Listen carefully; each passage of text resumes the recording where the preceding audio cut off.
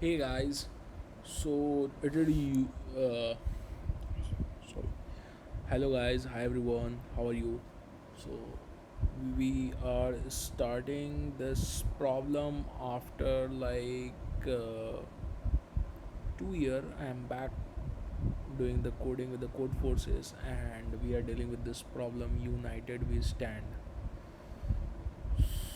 So what is the problem? Let's first understand like what it is given. So we are given an array of an element containing integer, and there are two identically empty array b and c.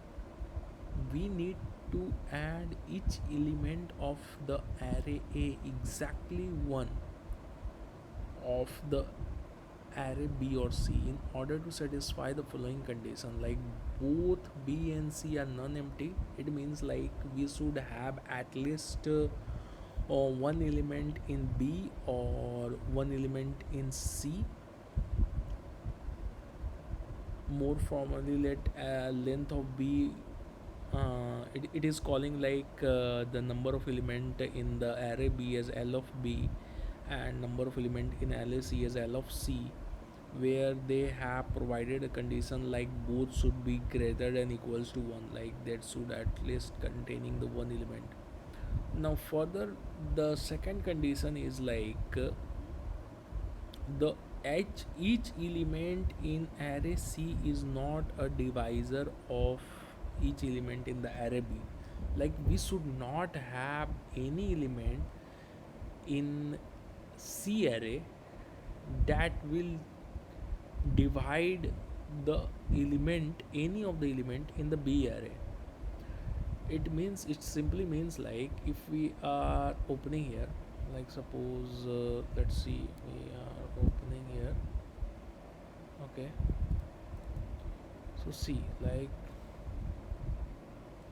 what I'm trying to do, like if you have element a, suppose like you have 1 2 3 4 5 6 8. Okay, and it is saying that you have two empty array b and array c. This is the empty array. Now the question is if suppose it has some element like if it has 2 and it has 4, then simply 2 will anyways divide the element 4. So this should not be a condition, like it is given. And the first condition is already satisfied, like both have at least one element. But as for the condition, like a means the each element of the array a should be utilized by the element b and c. Like we should not just put 4 and 2 and let go the other element. Like if we swap this number, suppose like if we put 4 and 2 here, so this is also a valid b and c array where like you have the element 4 which is not going to divide 2, because anyway like it is smaller. So how we will approach this problem? This is I think this is a quite a simple problem. We don't have to think so much on this problem, because we can solve this problem in a fraction of second. Just a few basic logic we need to build here is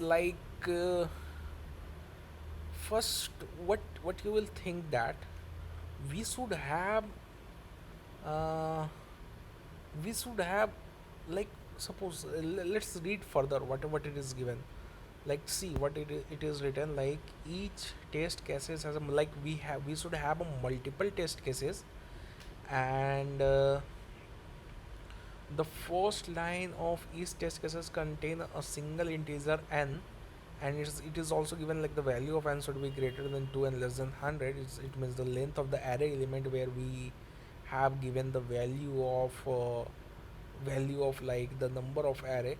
And the second line it's mentioned that the element inside the array a of 1, a of 2 up to a of n, the element of the array a.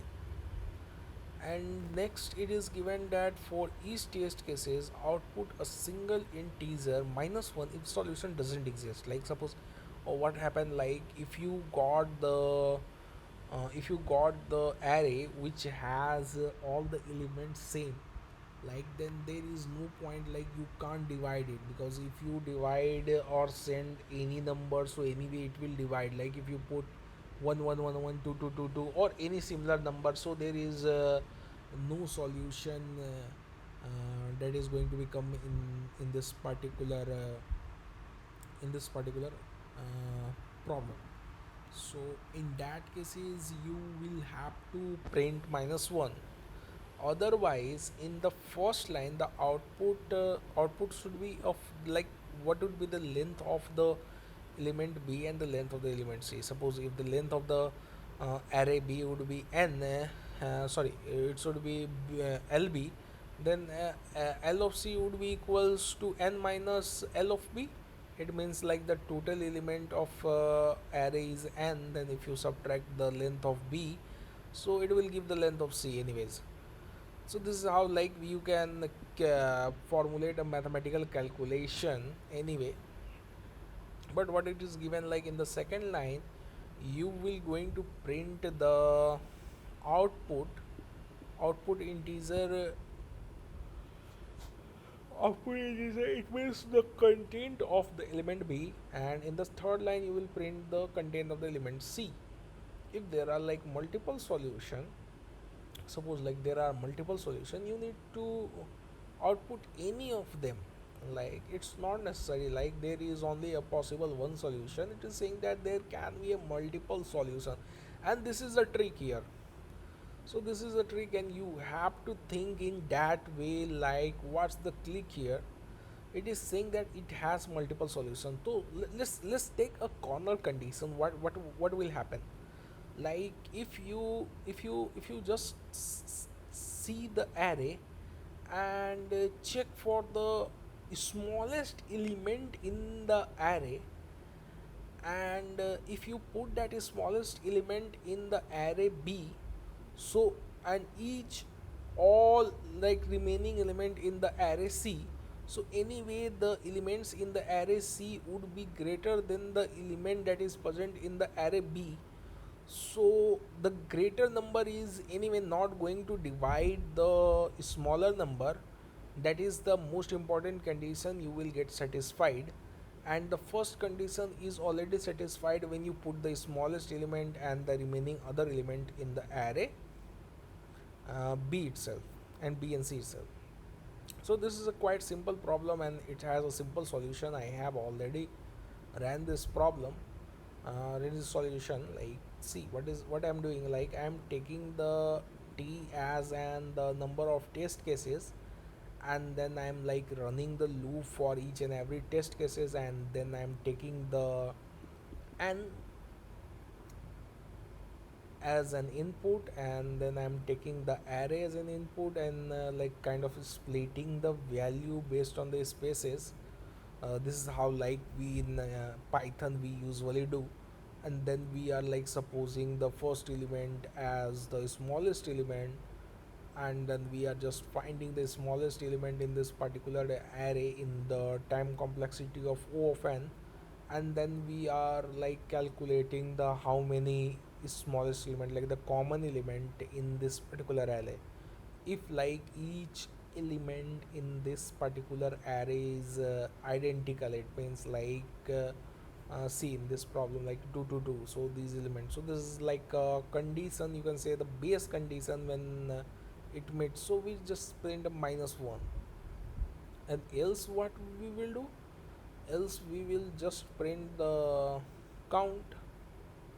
uh, Count means like the first element, like the similar element, that means the count of the smallest element, like how many similar smallest element is present in the array, and then the rest element.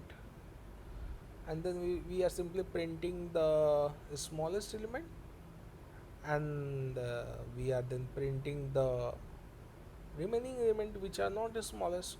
So this is how the accepted solution it is. See, this is my submission and it got accepted, and this is what the accepted code it is.